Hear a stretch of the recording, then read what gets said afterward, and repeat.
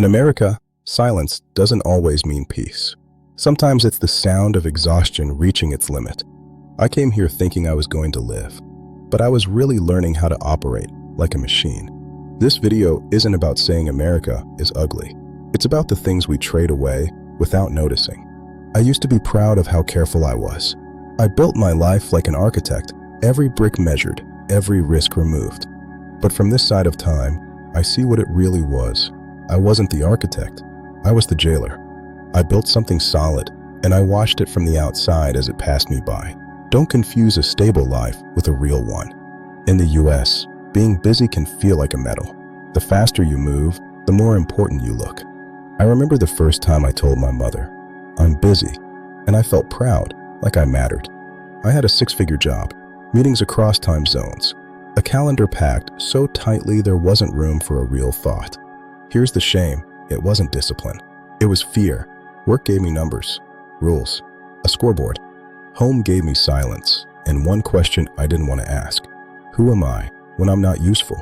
So I stayed late again. I ate a pre-made salad in my car because I didn't have 30 minutes to sit at a table. We confuse success with speed. We run so fast, we don't notice we're sprinting into a dead end of emptiness. Back in Asia, you can visit a friend without warning.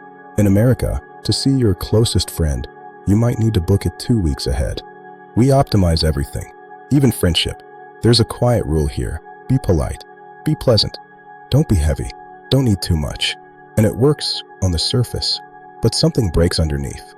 A relationship that needs scheduling often starts losing its soul.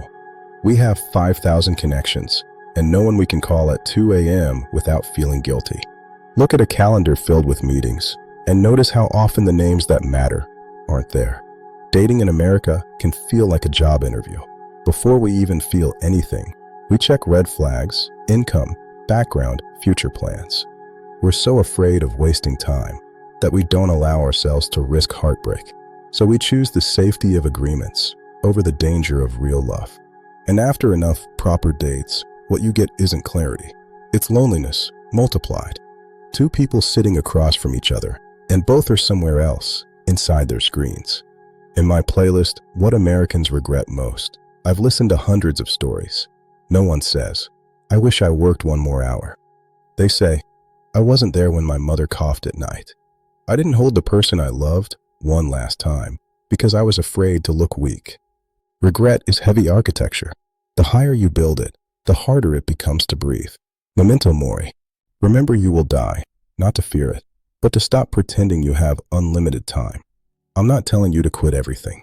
I'm telling you to pause long enough to see what you're building. Don't let later become a grave for the life you meant to live. I realized this when so much was already arranged. And you, what are you going to do with tomorrow?